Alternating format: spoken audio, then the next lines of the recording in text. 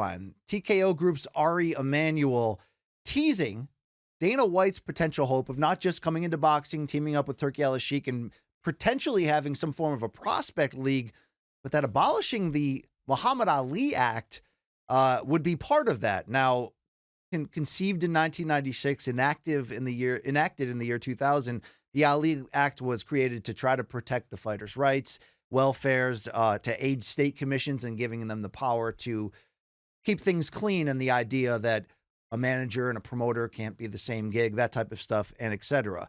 So, Luke Thomas, let's quickly play this Ari Emanuel sound on the Pat McAfee show at the Super Bowl this week, which is what brought this topic to light. Yeah, you seem like you do everything, you own everything. Is there anything that you could tell us that you want to get into that maybe you haven't dipped your toe into yet in the business world, sports, whatever it may be? Well, we're starting to talk about boxing.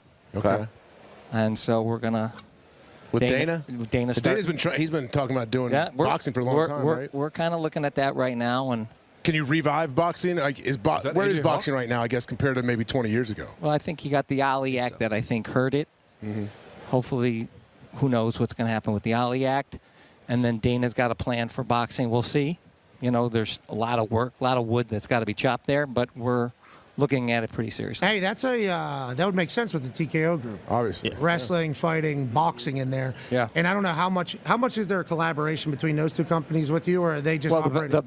The back office, we saved a lot of money and kind of got more efficient.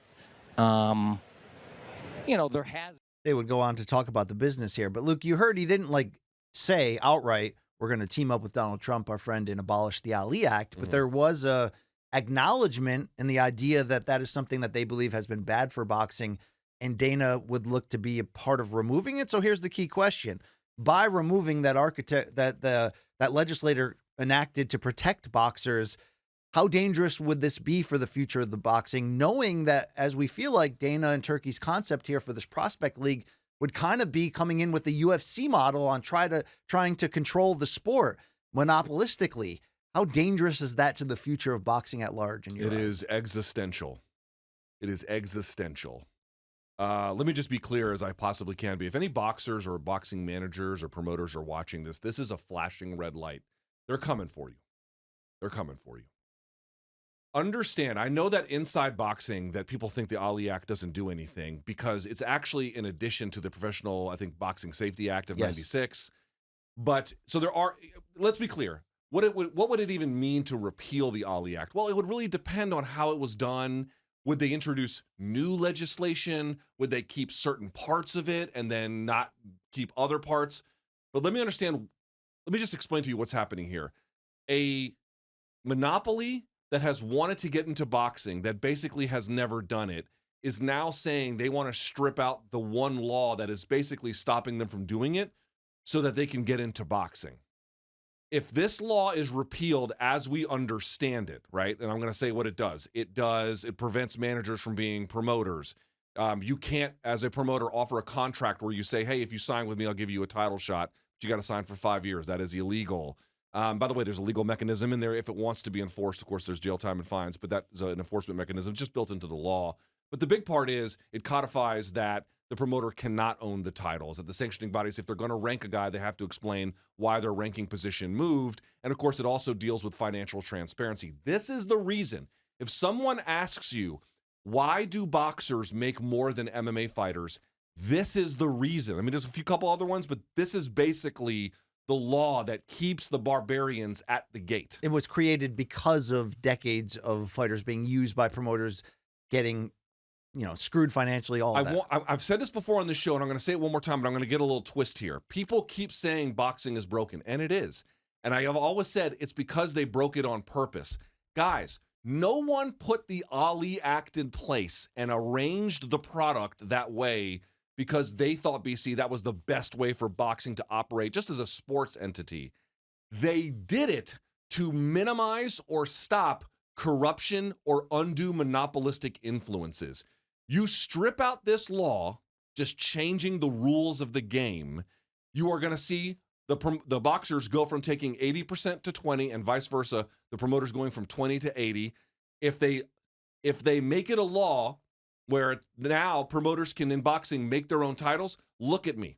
It is fucking over for the sport if they do that. Okay, If they do that, it is game over. Now, I think if there's any counter to this, and I'll counter it from the space of being the boxing guy, is that the Muhammad Ali Act has never been perfect and has also never been like fully executed, because a True. big part of the Muhammad Ali Act is giving the state commissions the ability to enforce these rules, but like enforce them at their own discretion. That's true. So to a certain degree.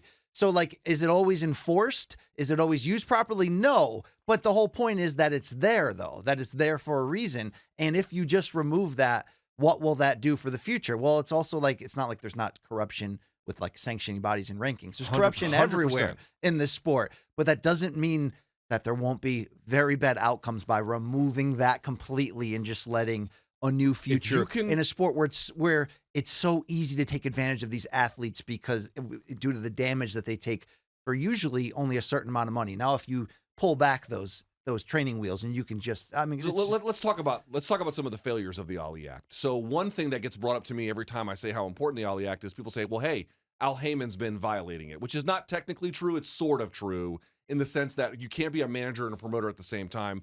He is not the promoter of record. PBC is actually not a promotional company. They use TGB. That's how they have a few, but TGB is the main one. The main one. And so he's not, in the sense, there's no technical violation, but people have said, hey, should it be this way? Well, he got sued, by the way, when he launched PBC in 2015 by basically every major promoter and was able to show that. Right. But here's the difference.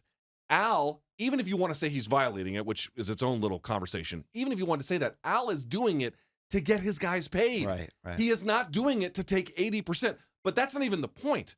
The point is, if you can have long contracts and you can, as a promoter, own the title, guys, it is over.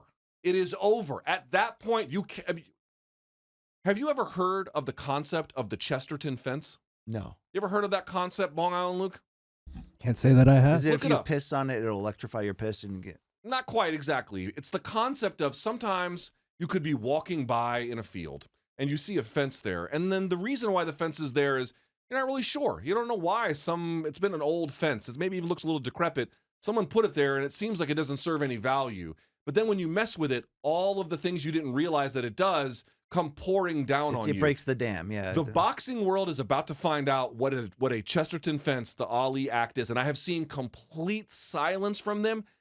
They do not know what they are up against. And all those boxers who said things like, oh, I would love for the boxing industry to be run by like it is in MMA, you're about to find out what that means. It is, what better advertisement, BC, could there be for a law that a monopoly refused to enter the space, basically, this is dangerous. Until they could change the fucking laws. Yes. Wow.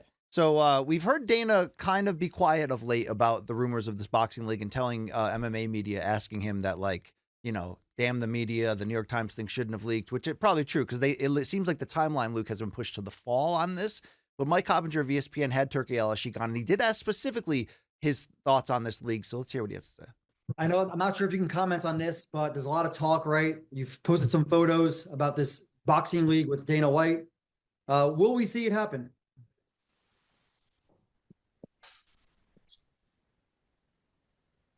The vision will be clear in 2-3 months. We will know. Okay. But I imagine it's big plans. Big plans, but you understand me.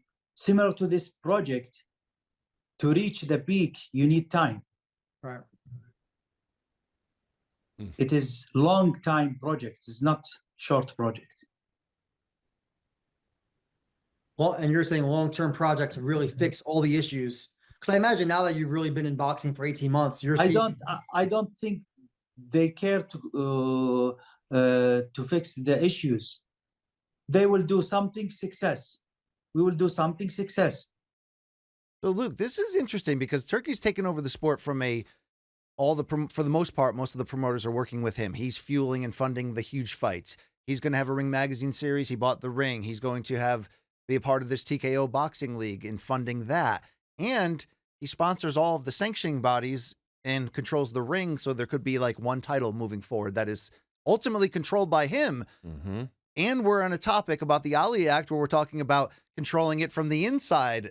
This is a takeover. This is a complete takeover. It appears that way. It's hard to say exactly what they will be able to do or when they will do it or how they will do it. There are many ways a federal law could be repealed. What'd you make of Turkey's kind of cryptic comments about it? Like, it's going to take time, but we got a plan, but they don't want to change it. We want to, like there's like some cryptic. Well, I mean, how do you get a federal law overturned? You could, again, introduce new legislation. I don't know if the president will issue an executive order. I don't know. They could challenge it in court, I suppose. I mean, this is wild. This is a wild turn of events. There's ways that this could all happen. I just want to make one point, if I may. Boxing is in trouble because, again, it is run inefficiently. Everyone talks about how inefficient it is run without realizing the inefficiencies are simply a safeguard against bad actors. And now you have the barbarians at the gate, as I mentioned before. But there's a different thing going on, BC, and you see it in combat sports. You see it in MMA too, which is they look at the structure of MMA or boxing, depending on what point they want to make, and they say, you see, it needs to be more like stick and ball sports. Take the PFL, for example, right? We want to have a season schedule. We want to have teams, if you're the GFL, things that sports fans are just used to seeing. Or here you see on the boxing side, you know what? All the great players play in the NFL. All the great players play in Major League Baseball. It's all in one house. And of course, boxing is a sport. But trying to apply a traditional sports framework of how they operate to boxing will result in all of the protections that boxers enjoy being stripped out. It's actually bad for MMA to try and do a sports team league concept, and it is extremely bad for boxing to try and be like, oh my God, these sanctioning bodies are corrupt. It's so inefficient. Let's streamline it.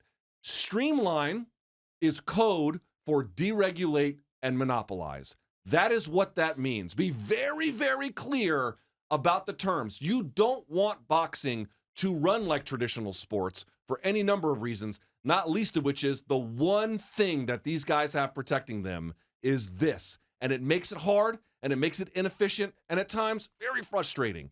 But it is their security. This is a long-range plan. They want to change the structure, how boxing is fed in. You know what I mean? They want to change the laws of the federal government in this country this is to interesting. be able to have their own titles and more, I suspect. You may ask yourself, what is the structure of boxing going to do then? Well, most of the structure of boxing is Team Turkey right now. They're on board with this. But this was an interesting tweet from Mike Coppinger of ESPN, who put out there that he said, this was last week, that there was a meeting at the Wynn in Las Vegas, sources told ESPN, between Bob Arum of Top Rank, WBC president Mauricio Suleiman, and others, and one of the items discussed was the arrival of this boxing league. I wonder what boxing is going to do about it. I mean, there does feel like we're already at a point where you're either with the machine or you're against them, right? Yeah. We're coming up on that point if we're not there already in some ways. Although, I mean, it's not like if let's say they repeal the Ali Act and now a promoter can make its own title, among other things. Again, they may not. They may repeal certain parts of the act where that stays on the legislation. I tend to think that won't, but one never knows. But let's assume for the sake of argument that they remove it.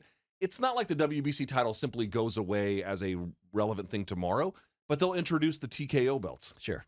And they'll slowly push out the relevancy. We're going to Or stop. the Ring Magazine Championship. We're going to stop paying the sanctioning fees to these guys, which, by the way, the Ali Act limits how much they can actually even charge, which, they're still scummy about it, but it does put some limits on them. They're just going to take control of it, and everyone's going to say, aha, this is so streamlined. This is so great.